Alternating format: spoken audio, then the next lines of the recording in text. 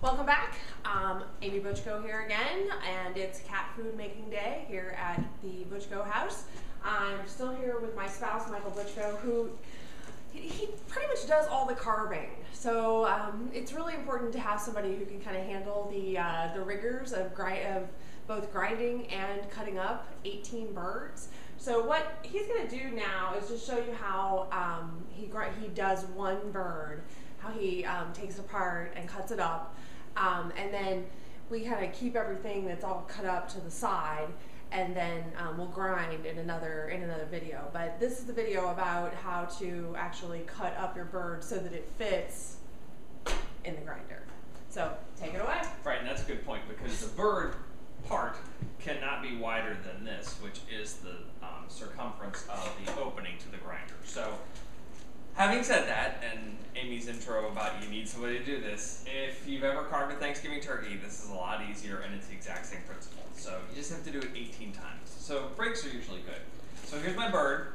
What you want to do, first of all, with thawed birds, all the fluid and stuff, you want to save as much as possible, because that is great for the birds, or excuse me, for the cats. So here's your bird. So just like a Thanksgiving bird, you want to carve it. First thing I'm going to do is take the neck off, because it's an extraneous piece that can sometimes get in the way when I'm handling it. A couple whacks of a very sharp cleaver. Thank you, Amy.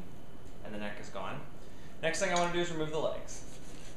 Not very difficult. You want to make a cut into the meat. You want to then expose the joint there and then cut around it. You're not actually doing any cleaving, you're more just slicing right now. Leg number 1 is gone.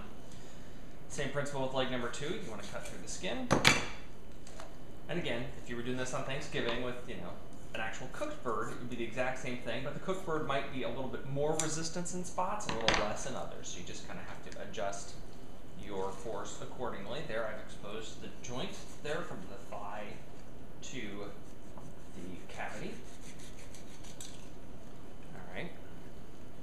So, leg number 2 gone, and these legs will right through the grinder. Time for my wings. Wings require a little bit more hacking. What you want to do is you want to get as close to the cavity as you can. Take a couple of whacks. There you go. I can't emphasize enough the importance of a sharp cleaver. If you have a dull cleaver, you will end up doing more of the work than the knife, and that will not be fun. Good cutting board, also very important. We got this one at a restaurant supply store. They're not really hard to find. It does take a beating, and we typically don't use this for a lot besides carving the chickens. Okay, so what do I have here? I have a cavity. So these are plant shears, and after doing some online research, people were raving about these for cutting through bones, because one of the hardest parts of this, to me, is cutting apart the cavity. These bones are incredibly strong. They're also sharp, so they can do a number on your skin and on your hands. But Fiskars plant shears, thank you Amazon.com, this one woman's review who does this for her dog said she was using a bone saw, it didn't work. She was using poultry shears, they didn't work and were more expensive. And these are shears, but I don't like to use them too much because they will get dull. But this guy is just a machine for cutting apart this. And this is, you can't fit this whole thing through the grinder, so you have to cut it into manageable pieces. Piece number 1. And this is the back. Good grief, a chicken back is really, really tough. So this will go through, number 2. And then I just want to cut this one into slightly smaller pieces. But yeah, I mean, you can hear the not so pleasant sound of chicken bones cracking. But just remember, loaded in those bones are some wonderful things for your cats.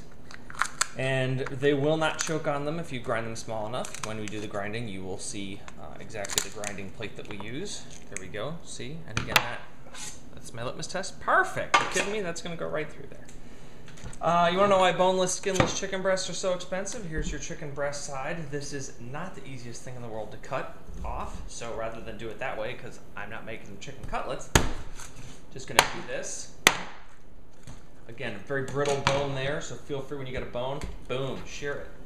Right there. Goes without saying, when you pull that cleaver back, make sure your hand is far away, because you want to keep your hand. So this one's giving me a little bit of a challenge.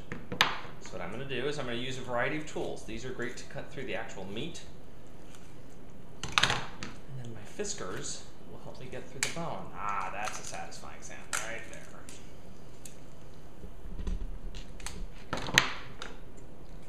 So on average, once you get really good at this, one bird will take you roughly 5 to 6 minutes.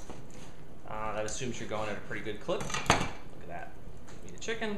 This guy will fit right through the chute. So there, not so attractive, but there is your ground up chicken. And we do that 18 times, and then we will start the grinding process. So we'll see you in the grinding video.